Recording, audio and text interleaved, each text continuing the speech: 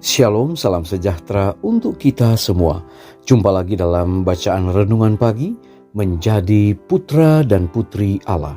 Pada hari ini Minggu 18 April 2021 dengan judul pembahasan mengubah kehendak kita yang keras kepala kepada kehendak yang disucikan.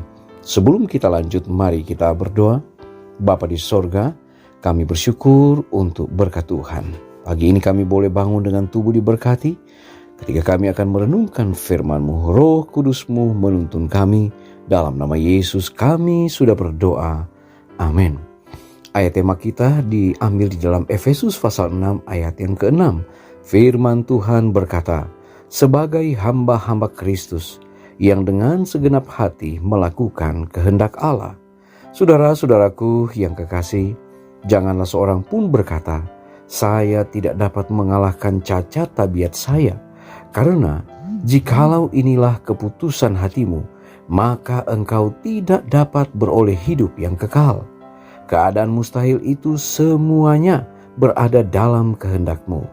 Jikalau engkau tidak berkehendak, itulah yang merupakan tidak dapat itu.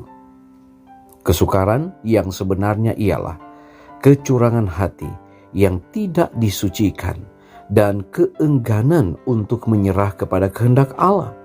Apabila ada suatu tujuan tertentu lahir dalam hatimu hendak mengalahkan, maka engkau pun akan beroleh kecenderungan untuk mengalahkan dan akan memperkuat ciri pembawaan yang dirindukan tersebut, dan akan ikut serta dalam peperangan dengan usaha yang mantap dan tekun. Engkau akan melatih suatu kewaspadaan yang terus-menerus atas segala cacat tabiatmu, dan akan mengusahakan praktik-praktik yang benar dalam perkara-perkara kecil. Kesukaran untuk mengalahkan itu akan berkurang sementara hati disucikan oleh anugerah Kristus.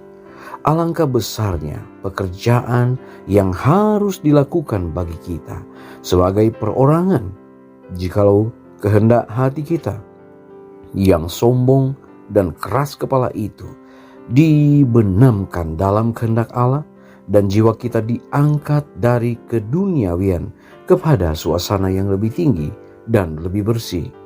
Kemauan diri dan kesombongan itulah kejahatan yang membalikkan malaikat-malaikat menjadi roh-roh jahat dan menutup pintu gerbang sorga terhadap mereka.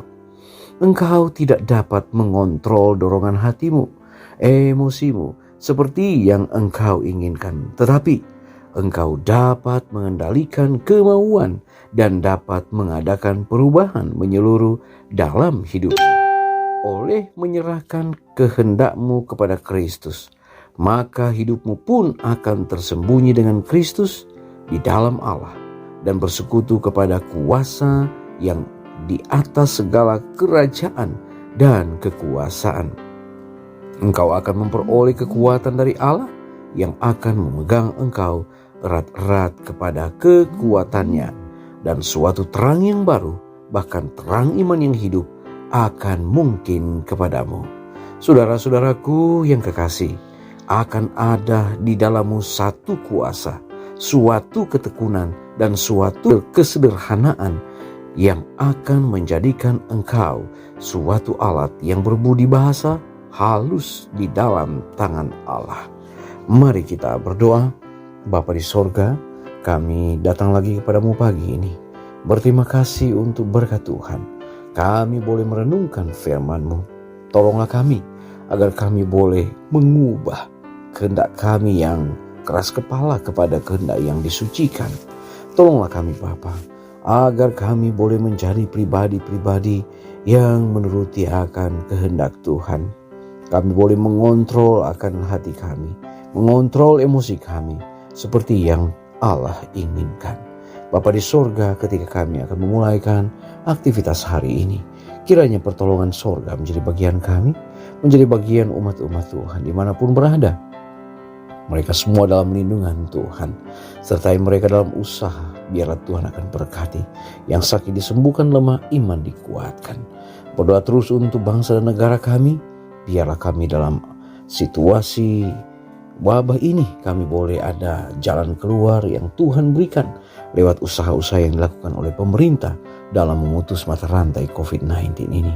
Terima kasih Bapa, kami sambut berkat Tuhan sepanjang hari ini dalam setiap aktivitas kami ke dalam tangan-Mu. Dalam nama Yesus kami sudah berdoa. Amin. Pertemuan kita saat ini telah selesai. Kita akan jumpa lagi besok. Shalom. Tuhan Yesus memberkati.